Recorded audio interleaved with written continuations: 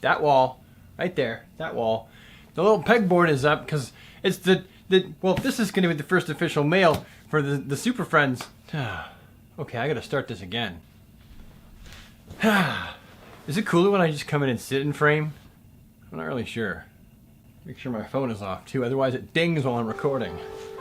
Alright, like I was saying, that wall right there. I went out today and got some corkboard. Why, might you ask? Well, if you're someone that's came to this channel and seen my stupid face more than a few times, you've probably heard me talking about having the DC Squad wall, the Squad wall, where all the Super Friends can send their mail. No, this isn't like send me fan mail, and it's also not like send me stuff. It's more like, hey, I would think it would have been cool if people wrote me letters and postcards and pictures. Yes, it would have been fun to get pictures too, is what I was thinking. I know I have a lot of fellow DC fans who draw lots of pictures, and I like other people's artwork, so I thought, how cool would that be if people send me letters and postcards, and then I can read them, you know, I was gonna say on air, but this is the interweebs. I could read them in the video and have like a kind of, sort of mail segment. It's hard. My brain is like, call it fan mail, but it's not fan mail. I'm not stupid. I know that it's not fan mail. That's just not how it works with me. I don't have fans. I have super friends. People that are other DC fans who dig my content, and we can relate on some kind of, even a basic level, like a love for DC and a love for figures and that kind of thing. So please, don't get the idea that I think of anything that people send me as fan mail, because I don't. I think it's just a matter of being able to hold in my hand a letter or a postcard or a picture that someone's drawn from another place in the world. I think that is epic cool. But yeah, first official letter from a super friend. So I'm gonna open it. This is from Super Friend Buster. This one came airmail, so that's kind of fun. All right, so first, right off the bat, there's a picture. Let's have a little peekaroo at the picture. Oh, this is cool. Yeah. Buster, this is awesome. Okay, so it says here, Brad, I've given you 24-hour dose of the mineral that duplicates my powers and a replica of my own indestructible uniform. Are you certain you want to take my place for a day? Darn tootin' I would! If you could spend the day with Superman, what would you do? Find out what Brad would do in the world's greatest Super Friends. Okay, so I'm sitting in my office and I realize, I totally forgot to say what I would do if I had Superman's powers for 24 hours and his indestructible suit. So chances are what I would do is I would take to the skies and fly first, of course. I mean, who doesn't want to fly? And I think most of mankind has dreamt of unmanned, unassisted flight for most of humanity's existence. So of course, I would definitely fly and experience that off the bat. And then I think I would try to find Nessie and Bigfoot. Yes. No, I kid, I'm just joking. No, I'm not. I'd actually probably try to find them.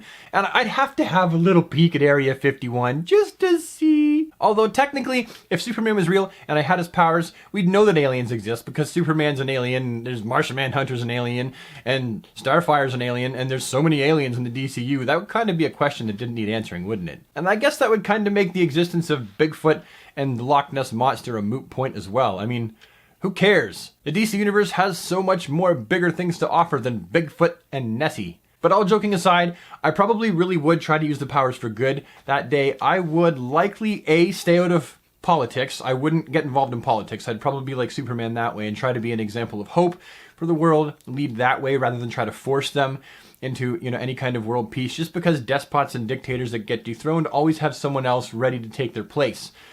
I would, however, use the super speed, the super strength, and extra vision and all those powers together to irrigate the fields of all kinds of dry, arid lands that don't have access to fresh water. And then at super speed, I would dig a whole butt pile of wells so there's water coming up right from the ground to irrigate those crops. And of course, I'd have to find some way to bring them seeds. But hey, if I got Superman's powers for the day and I have his symbol on my chest, I mean, I must have the world's attention at that point. I think I would just ask for them. I think I would just ask the world to donate seeds. And not the kind that once the plant has grown, they don't produce seeds anymore. That's dirty. That's what the seed companies do so that you have to buy more seeds. I'm talking I would probably ask for the kind of seeds that will actually reproduce more seeds so that they can then grow more crops and become self-sufficient. That's probably what I would do with his powers. Ah, I get it. I'm slow. It's a comic cover. Yeah, Buster made a comic book cover. This is awesome. Buster is too kind. Look at this. Look at all the muscles that Buster gave me. I guess that's what the mineral serum does, is it gives me muscles, because I tell you, I am not a buff dude. Anyhow, thank you, Buster. This is going on the DC Squad wall, and it's the first thing that's going to go up there. But I'm going to read your letter, too. It saith here, "Hi, Brad. My name is Bob. I'm a fan and an avid reader of the DC Comics, a fellow super friend, and I'm an amateur pencil drawer who would love to go pro one day. You definitely could. I've been following your YouTube channel for about a year. I've not started a YouTube channel where I post videos, though I'm subscribed. I've viewed your videos and let the ads play for good measure." Yeah, that is awesome. Because, I mean, you don't really have to watch the ads. You can just click off, right? That's a YouTube thing. But whenever the ads play, I stand to make a little bit more money. And all the money that I make, right, I put back into the channel to review stuff. So that's really cool. Thanks, Bob. Anyways, I've enjoyed watching your video reviews, whether toy, comic, movie, TV, and I've also been impressed by your custom action figures and have become interested in one day making my own somehow. I think it's awesome how you've made a community where we can enjoy the heroes and sometimes the villains of DC and the products based on them. It's great to see someone who is always welcoming of fellow fans these days. For comic books, there have been some who started groups who have gone after other people who liked the same character they did. But what you've done for us fellow super friends, keep up the good work. Your California super friend, Bob Buster. P.S. For a fellow Superman fan, and just another way to say thank you. Well, seriously, Bob, thank you. Alright, so the next piece of mail comes to me from a super friend called Irving. And I gotta tell you, I was surprised. I mean, I was surprised to find any mail in the P.O. box, but I was really surprised to find a slip for a package in the P.O. box. That was definitely surprising. I wonder what's inside. Doesn't smell dangerous. It's not ticking. Let's open it up and find out, shall we? Purple! I love purple! Oh, and a letter. Okay, let's read the letter first. And it saith here, "As someone who loves DC as much as I do, I hope these will be welcome in your collection. Chris from the Bronx." All right, well, let's have a little peek.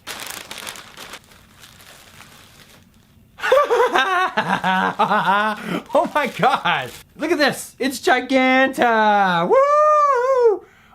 This is awesome. The Giganta, the DC Universe Classics Build-A-Figure of Giganta has been on my must-have, can't find, can't get a hold of list for like ever. For as much slack as the DC Universe Classics take, this is such a good figure. I love Giganta is a figure that I really wanted to get my hands on. I honestly have no idea what else I'm grabbing out of here. I saw Giganta's foot, so I'm gonna see it for the first time now.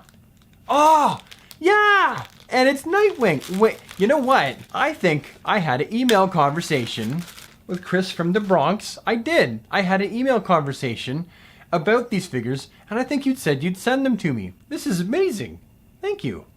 This Nightwing is the one Greg Capullo Signature Series figure that I really wanted and don't have. And I've mentioned wanting it, but not actually having the funds to purchase it because I'm always buying other stuff for the channel and other things that I'm catching up on that it just kind of sat on the back burner.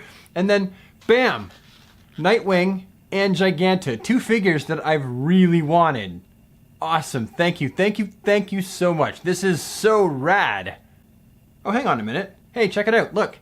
This Nightwing's actually been customized. Look at that.